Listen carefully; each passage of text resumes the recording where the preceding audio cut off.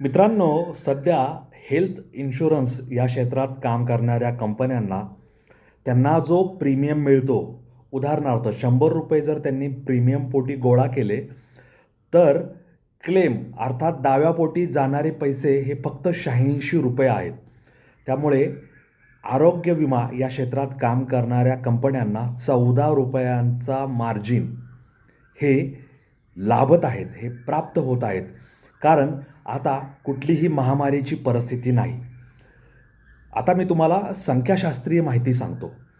2020-21मध्ये health insurance आरोग्य विम्यापोटी कंपन्यांनी 43,400 कोटी रुपयांचे प्रीमियम गोळा केले होते आणि ज्या लोकांचे मृत्यू झाले त्यांचे दावे क्लेम सेटल करण्यासाठी त्यांना 40,700 रुपये खर्च करावे लागले. 2021-22मध्ये 58,000 कोटी रुपयांचे प्रीमियम गोळा करण्यात आले आणि प्रत्यक्षात द्यावे किती लागले? 63,300. कारण कोरोना महामारीमुळे लोकांच्या मृत्यूचे प्रमाण जास्त होते आणि त्याच्यात ज्यांनी हेल्थ इन्शुरन्स घेतला होता त्याच्या वारसांना नुकसान भरपाई म्हणून दाव्यापोटी लाखो रुपये द्यावे लागले. आता 2022-23मध्ये 72,700 कोटी रुपयांचे प्रीमियम गोळा करण्यात आले आणि जे मृत्यू पावले त्यांना दाव्यापोटी क्लेमसाठी 64,600 कोटी रुपये द्यावे लागले. 2023-24 साली 86,400 कोटी रुपये प्रीमियमपोटी गोळा करण्यात आले आणि जे लोक वारले, ज्यांच्याकडे हेल्थ इन्शुरन्स होता, त्याच्या वारसांना क्लेमपोटी किंवा दाव्यापोटी 76,100 कोटी रुपये द्यावे लागले. म्हणजे उरलेले पैसे हा कंपनीचा नफा होता. 2024-25मध्ये 97,500 कोटी रुपये हे प्रीमियमपोटी गोळा करण्यात आले आणि जे लोक वारले त्याच्यापोटी किंवा त्यांचे दावे सेटल करण्यासाठी 84,900 कोटी रुपये द्यावे लागले.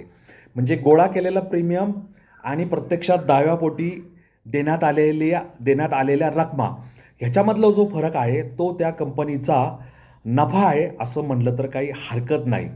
त्यामुळे सुरुवातीला मी जे सांगितलं की ₹100 प्रीमियम गोळा केला तर प्रत्यक्षात ₹86 दाव्यापोटी खर्च होत आहेत एका वर्षात. त्यामुळे 100 वजा 86 ₹14 मार्जिन विमा क्षेत्रात काम करणाऱ्या कंपन्यांना हे लाभ म्हणून, नफा म्हणून उपलब्ध होत आहेत. म्हणजे जेव्हा पॅन्डेमिक आला, कोरोनासारखी महामारी आली, त्याच्यामध्ये अनेक लोक मृत्युमुखी पडले आणि अचानक आलेल्या या महामारी आणि त्यांनी घेतलेल्या बळींच्या संख्यामुळे आता जास्तीत जास्त लोक आपल्या आरोग्याचा, आपल्या ह्याचा विमा उतरवतातच. त्यामुळे ते जर वारले किंवा त्यांचा मृत्यू झाला किंवा त्यांना रुग्णालयात दाखल करावं लागलं तर त्याचा खर्च त्यांना हेल्थ इन्शुरन्स कंपनीला द्यावाच लागतो. आणि जर निधन झालं म्हणजे त्यांनी टर्म इन्शुरन्स काढला असेल तर त्यांना तेवढे पैसे म्हणजे जेवढ्या रकमेचा विमा केलेला आहे तेवढे पैसे देणे भागच आहे. त्यामुळे हे सगळं आपण अभ्यासावं असंच आहे. आणि ह्याच्यामध्ये आपण 2 गोष्टींचा विचार करायला हवा की आपला जन्म झाला आहे, त्यामुळं आपलं रिटर्न टिकीट पक्का आहे, आपण कधी जाणार हे माहिती नाही.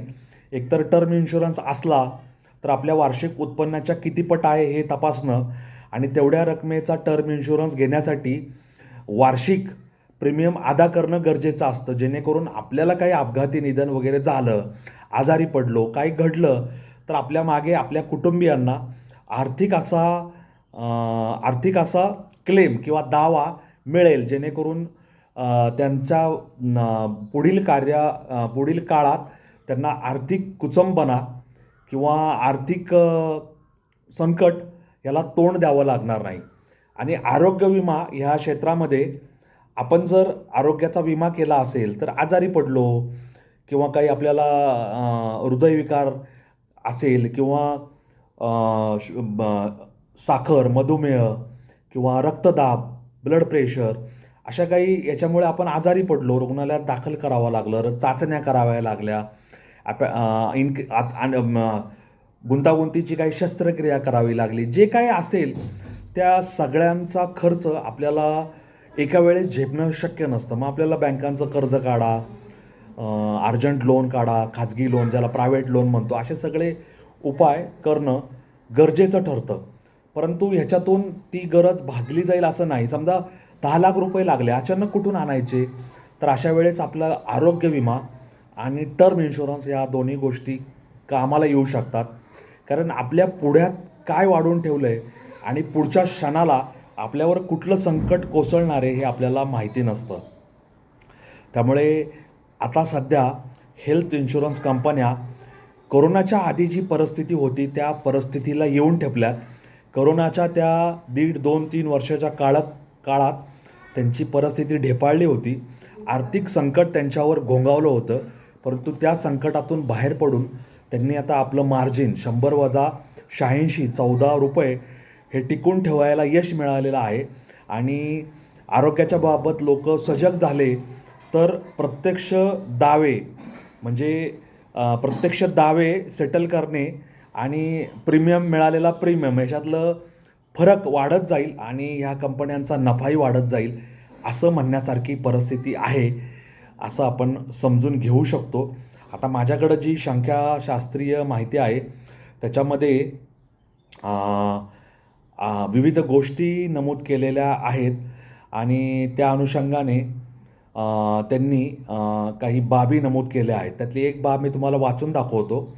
The claim ratio would have been better but for the group health business which accounts for 55% for total health insurance in the country where the claims ratio is consistently above 92%. म्हणजे एकूण विम्यामधले 55% हे ग्रुप इन्शुरन्सचे आहेत. म्हणजे कंपन्या वगैरे जे सामूहिक विमा करतात आणि त्यांचा क्लेम रेशो हा 92% आहे. म्हणजे ह्याच्या अंतर्गत जे दावे सेटलमेंटला येतात ते सेटल करायचं प्रमाण 92% आहे. आता काही दावे फेटाळण्यात येतात, काही दाव्यांमध्ये कागदपत्राची कमतरता असते, काही दाव्यांमध्ये रुग्णालयाचा खर्च, पोस्टमॉर्टम रिपोर्ट, रुग्णालयाने लिहिलेलं काही शेरे, हे ते काही बाबी, काही कागदी कार्यवाही ह्याच्यामुळे क्लेम प्रलंबित राहतात. परंतु हे प्रमाण सुद्धा 90%च्या खाली असत नाही, ते साधारण 95च्या पुढेच असतं. आणि कंपन्या ज्या दावे सेटल करण्यात अग्रेसर असतात त्यांचंच मार्केटमध्ये नाव असतं आणि जास्तीत जास्त लोक हेल्थ इन्शुरन्स घेण्यासाठी अशा कंपन्यांचे अर्ज भरतात आणि प्रीमियम वार्षिक किंवा दर महिन्याचा अदा करतात. टर्म इन्शुरन्ससाठी सुद्धा बाजारात अनेक कंपन्या आहेत. तर तुम्हाला ह्या कंपन्यांच्या इन्शुरन्सबद्दल म्हणजे आरोग्य विमा आणि टर्म इन्शुरन्सबद्दल काय वाटतं मला कॉमेंट बॉक्समध्ये लिहून जरूर कळवा. ह्यांच्या प्रॉफिट मार्जिनबद्दल आपण बोलण्यात अर्थ नाही. आपण आपल्या आरोग्याची काळजी घ्यावी. उद्या आपल्याला आपलं काही बरंवाईट झालं तर आपल्या कुटुंबियांना आर्थिक आधार असावा म्हणून टर्म इन्शुरन्स, आणि आपल्याला काही अडचण आली, अपघात झाला, काही घडलं तर रुग्णालयाचा मोठा खर्च आपल्याला झेपणार नाही, त्याच्यासाठी सुद्धा आरोग्य विमा गरजेचा आहे, जो आपण सगळ्यांनी करणं क्रमप्राप्त आहे, जेणेकरून रुग्णालयाचा मोठा भार आपल्याला कमी वाटेल आणि आपल्या जवळच्या नातलगांना, आई, बाबा, वडील, पत्नी, मुलं यांना धावपळ करावी लागणार नाही. तेव्हा तुमच्या कॉमेंटची वाट मी पाहतो आहे. कॉमेंट बॉक्समध्ये जरूर तुमचे कॉमेंट लिहा आणि अशा वेगळ्या वाटेवरचे व्हिडिओ पाहण्यासाठी, ऐकण्यासाठी माझा अन्नवट वाट हा यूट्यूब चॅनल जास्तीत जास्त लाईक, शेअर, सबस्क्राईब करा. तुमच्या ओळखीच्या सगळ्या लोकांना माझ्या चॅनलची लिंक त्यांच्या व्हॉट्सअप अकाउंटला पेस्ट करा आणि भेट दिली म्हणून सांगा. त्यांना सांगा की ह्या चॅनलशी जोडलेले राहा, वेगळं काही ऐकायला पाहायला मिळेल, अशी माझी तुम्हाला विनंती आहे. धन्यवाद. जय हिंद, जय महाराष्ट्र, वंदे मातरम, जय श्रीराम, जय जगन्नाथ, जय सनातन. धन्यवाद.